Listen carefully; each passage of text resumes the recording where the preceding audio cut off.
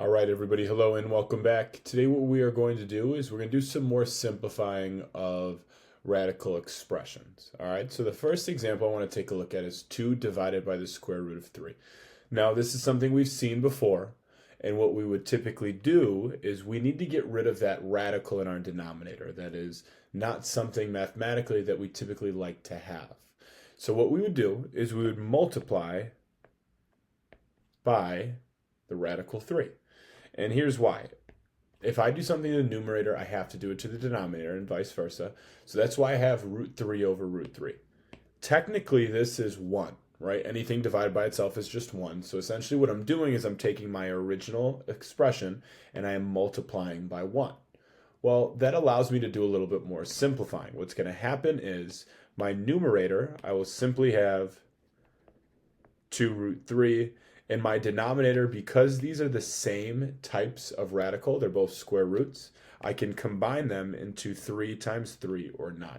Well, the square root of 9 is 3. So again, this is going to simplify to 2 root 3 divided by 3.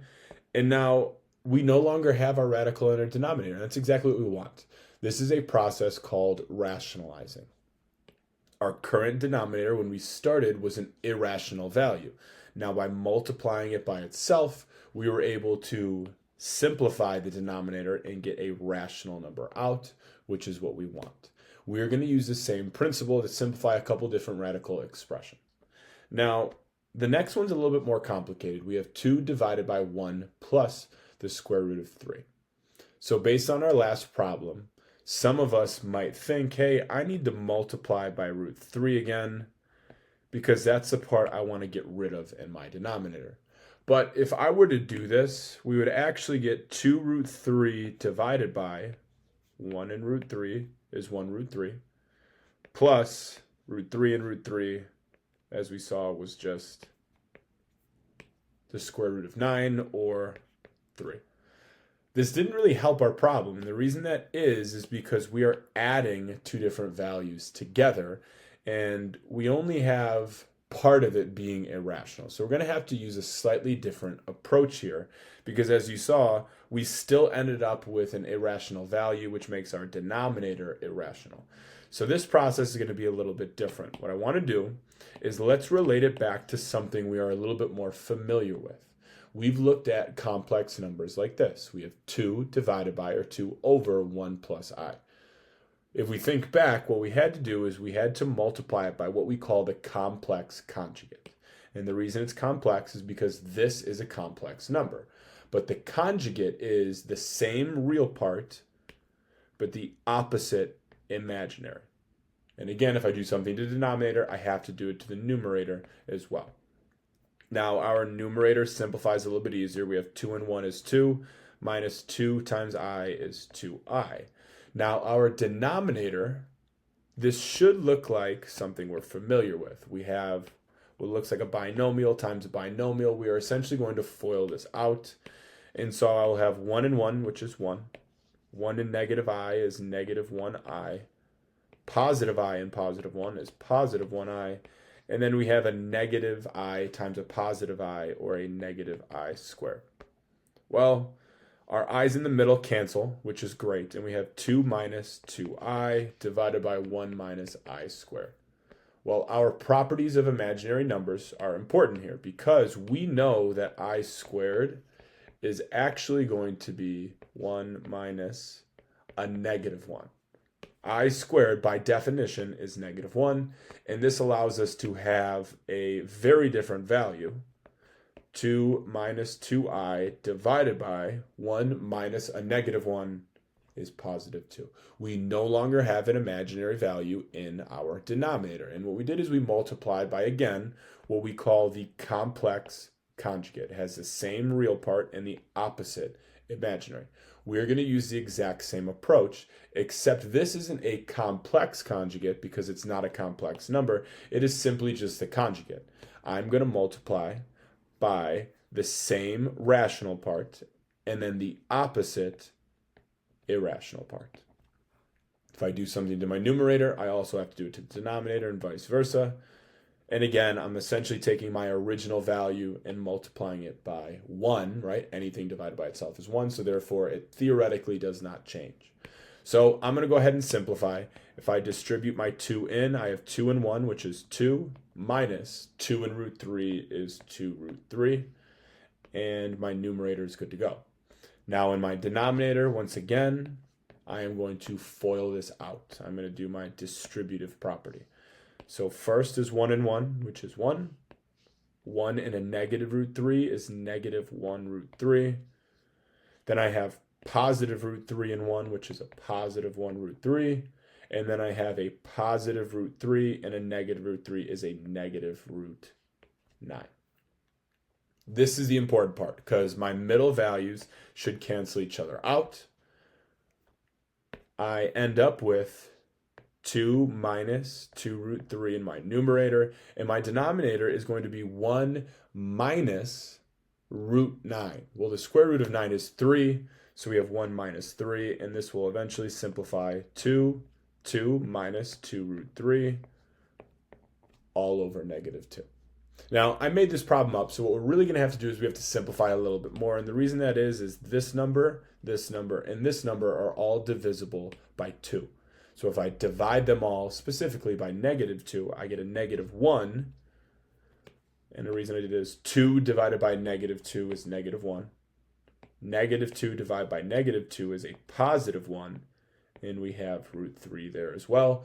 And we no longer have an irrational value in our denominator. Technically here our denominator is just 1. So it doesn't always simplify that nicely. We don't always have this last step to go from here to there.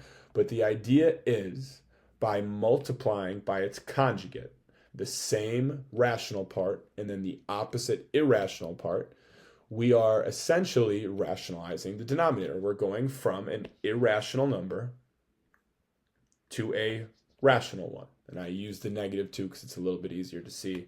Technically at the end it's just 1. All right, so that is why we multiply by the conjugate, and we're going to kind of continue this process on our next example. I'm going to make this a little bit smaller so we don't run out of room. This one's a little bit different. I've got 3 divided by the square root of 2 plus the square root of 5. But again, we just need the conjugate. It's got the same first part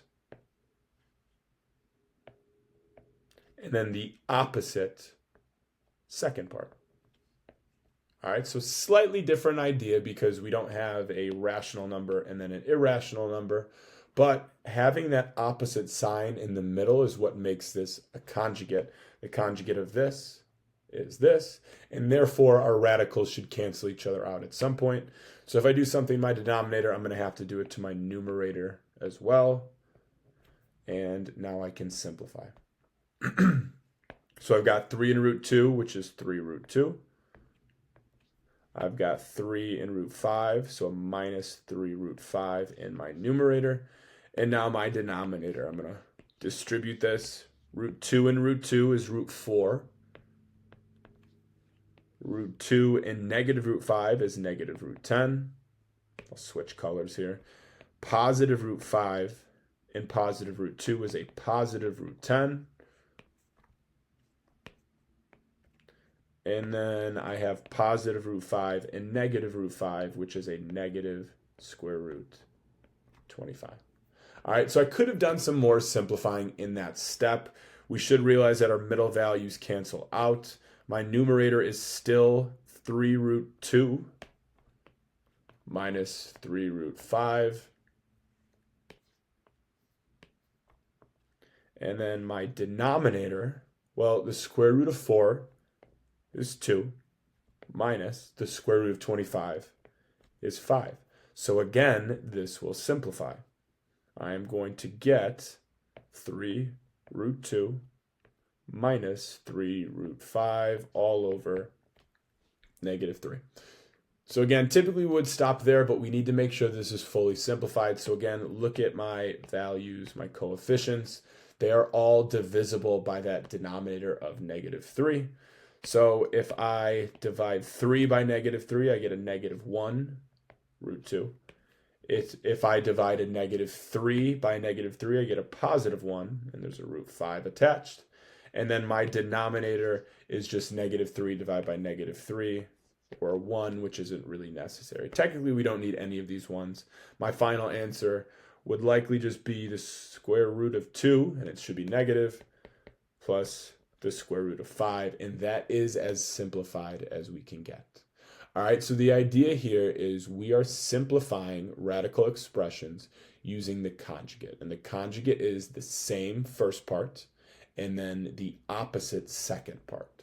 When we only have one value, we just multiply it by itself because that allows us to get rid of that denominator square root and rationalize. The process is called rationalizing.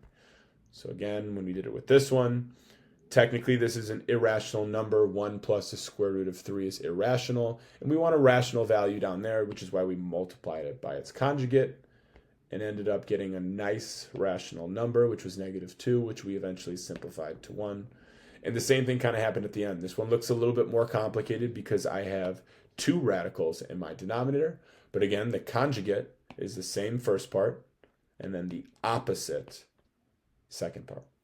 By multiplying top and bottom by the conjugate of my denominator, I was able to rationalize my value. What that means is I transition from an irrational denominator to a rational one, which is exactly what we want. Okay? Thank you for listening. If you have any questions, please feel free to reach out, drop a comment below, and I'll talk to you all later. Thanks.